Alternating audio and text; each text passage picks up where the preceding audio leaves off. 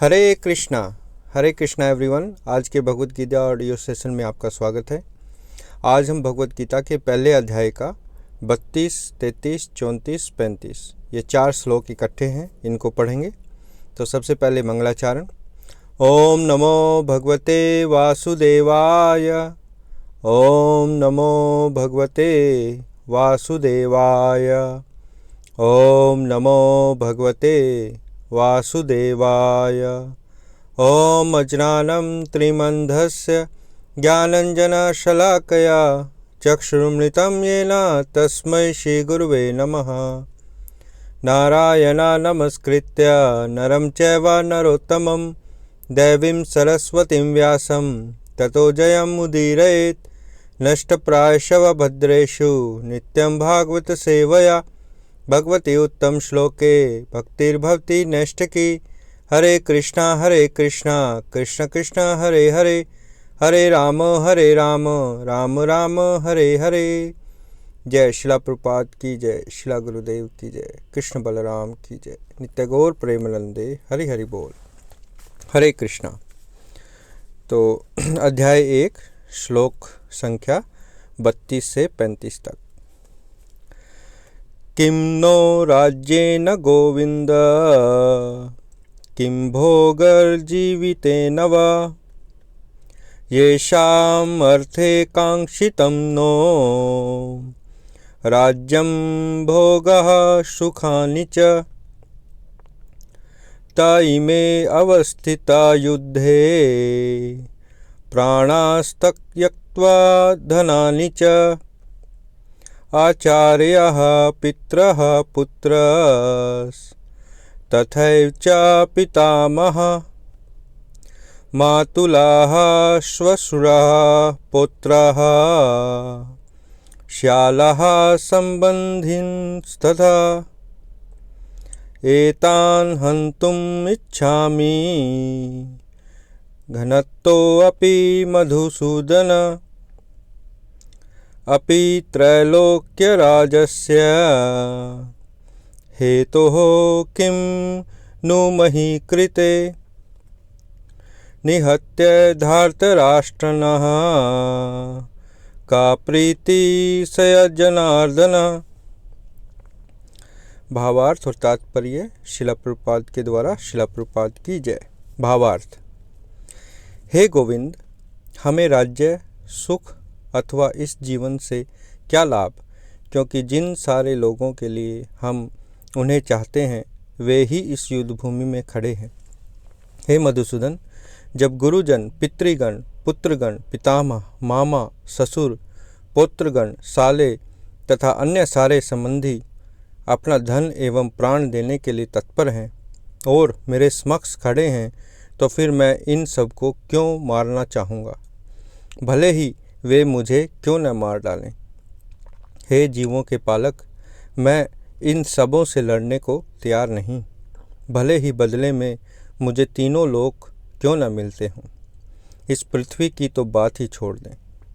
भला धृतराष्ट्र के पुत्रों को मारकर हमें कौन सी प्रसन्नता मिलेगी। जय। तो इन 4 श्लोकों में अर्जुन बहुत सारे तर्क देता है कि उसे ये युद्ध क्यों नहीं करना चाहिए, और अपने सभी सगे संबंधियों का विवरण यहाँ देता है। तो आइए तात्पर्य पढ़ते हैं। तात्पर्य। अर्जुन ने भगवान कृष्ण को गोविंद कहकर संबोधित किया, क्योंकि वे गोवों तथा इंद्रियों के समस्त प्रसन्नता के विषय हैं। इस विशिष्ट शब्द का प्रयोग करके अर्जुन संकेत करता है कि कृष्ण यह समझें कि अर्जुन की इंद्रियां कैसे तृप्त होंगी, किंतु गोविंद हमारी इंद्रियों को तुष्ट करने के लिए नहीं है। हाँ, यदि हम गोविंद की इंद्रियों को तुष्ट करने का प्रयास करते हैं तो हमारी इंद्रियां स्वतः तुष्ट होती हैं। भौतिक दृष्टि से प्रत्येक व्यक्ति अपनी इंद्रियों को तुष्ट करना चाहता है और चाहता है कि ईश्वर उसके आज्ञा पालक की तरह काम करें, किंतु ईश्वर उनकी तृप्ति वहीं तक करते हैं जितनी के वो पात्र होते हैं, उस हद तक नहीं जितना वे चाहते हैं। किंतु जब कोई इसके विपरीत मार्ग ग्रहण करता है, अर्थात जब वह अपनी इंद्रियों की तृप्ति की चिंता न करके गोविंद की इंद्रियों की तुष्टि करने का प्रयास करता है तो गोविंद की कृपा से जीव की सारी इच्छाएं पूर्ण हो जाती हैं। यहाँ पर जाति तथा कुटुंबियों के प्रति अर्जुन का प्रगाढ़ स्नेह आंशिक रूप से इन सब के प्रति उसकी स्वाभाविक करुणा के कारण है। अतः वह युद्ध करने के लिए तैयार नहीं है। हर व्यक्ति अपने वैभव का प्रदर्शन अपने मित्रों तथा परिजनों के समक्ष करना चाहता है, किंतु अर्जुन को भय है कि उसके सारे मित्र और परिजन युद्ध भूमि में मारे जाएंगे और वह विजय के पश्चात उनके साथ अपने वैभव का उपयोग नहीं कर सकेगा। भौतिक जीवन का यह सामान्य लेखा जोखा है, किंतु आध्यात्मिक जीवन इससे सर्वथा भिन्न होता है। क्योंकि भक्त भगवान की इच्छाओं की पूर्ति करना चाहता है, अतः भगवत इच्छा होने पर वह भगवान की सेवा के लिए सारे ऐश्वर्य स्वीकार कर सकता है, किंतु यदि भगवत इच्छा न हो तो वह एक पैसा भी ग्रहण नहीं करता। अर्जुन अपने संबंधियों को मारना नहीं चाह रहा था, और यदि उनको मारने की आवश्यकता हो तो अर्जुन की इच्छा थी कि कृष्ण स्वयं उनका वध करें। इस समय उसे पता नहीं है कि कृष्ण उन सबों को युद्धभूमि में आने के पूर्व ही मार चुके हैं और अब उसे निमित्त मात्र बनना है। इसका उद्घाटन अगले अध्यायों में होगा।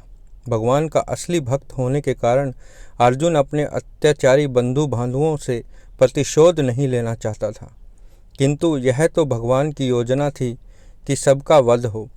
भगवत भक्त दुष्टों से प्रतिशोध नहीं लेना चाहते, किंतु भगवान दुष्टों द्वारा भक्त के उत्पीड़न को सहन नहीं कर पाते। भगवान किसी व्यक्ति को अपनी इच्छा से क्षमा कर सकते हैं, किंतु यदि कोई उनके भक्तों को हानि पहुंचाता है तो वे क्षमा नहीं करते। इसलिए भगवान इन दुराचारियों का वध करने के लिए उद्यत थे, यद्यपि अर्जुन उन्हें क्षमा करना चाहता था। जय श्रील प्रभुपाद की जय। तो यहाँ ये श्रील प्रभुपाद ने तात्पर्य में काफ़ी